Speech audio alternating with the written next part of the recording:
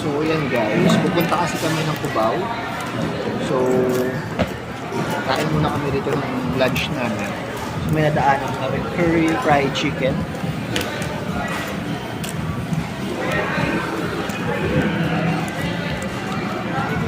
Masarap din yung chicken nila.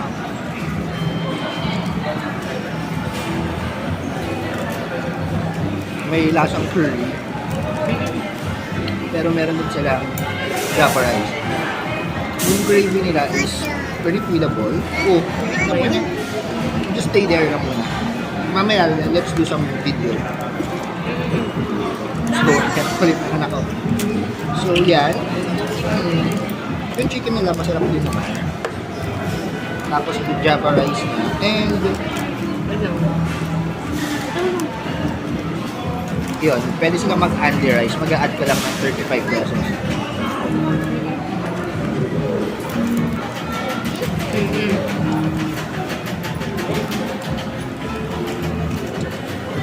By chance lang namin kung nadaanan.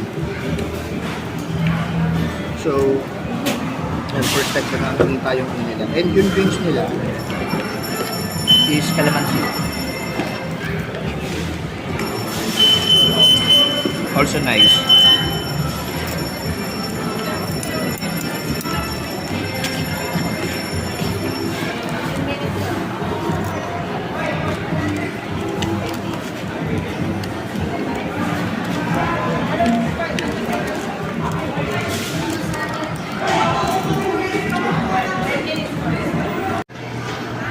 You try. Ano itong nakainan natin? Ito pala. Curry fried chicken. It's the curry that you're smelling, kuya. It's the curry. Yeah. You try mo. Hindi yung pepper? How is it, mama? Hindi ko pa natikman ito. Oh, how is it? Di ba? Just like yellow rice lang. You try with the gravy. Yung gravy mo, ayan, try mo.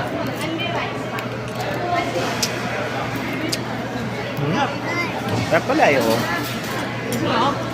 And 104 lang to with drinks na kasama. Oh. How is it?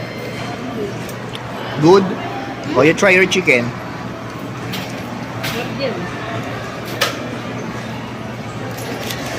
So, yummy, di ba? Oh, yung gravy na try mo na? It's just the smell. Yung curry kasi yun. But it smells nice kaya. Lagay mo malapit yung gravy mo, move mo. Okay. See, smells na, tastes nice, di ba? Okay, so here's my food. That's Alpha eating, sharing with mama.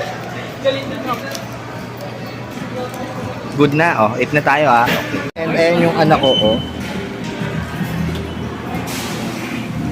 Yan. Kanina ayaw niya yung smell nung curry. So, sabi niya yung baka yung gravy daw yun. Smells ano daw sabi niya, mahal? Strange. Smells strange daw. Pero ngayon, he's eating it all. He's devouring yung kanyang lunch. Ano pa nga eh. So, yan si Agape. Nagustuhan niya rin yung gravy. And this is, yan si baby ko. Also sharing with his, with her mama. Alpa, say hi.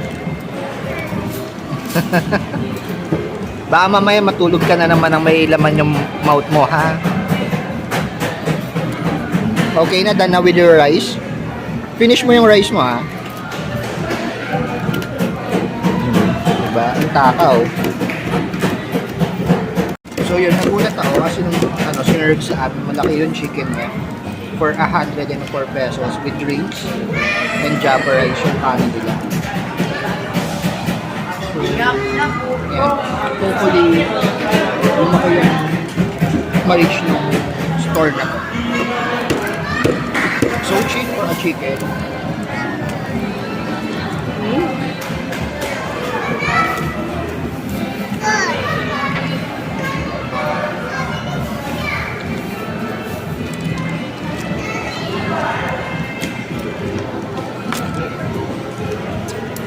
Kuya, you finish your food, ha? Make sure to finish it bago tayo umalis.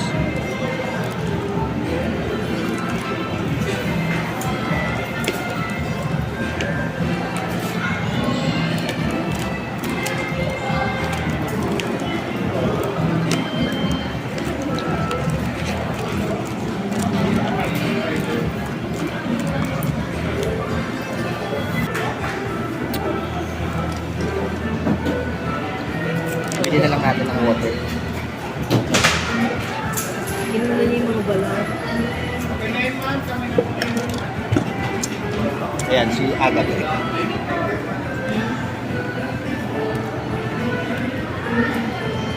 Is it yummy?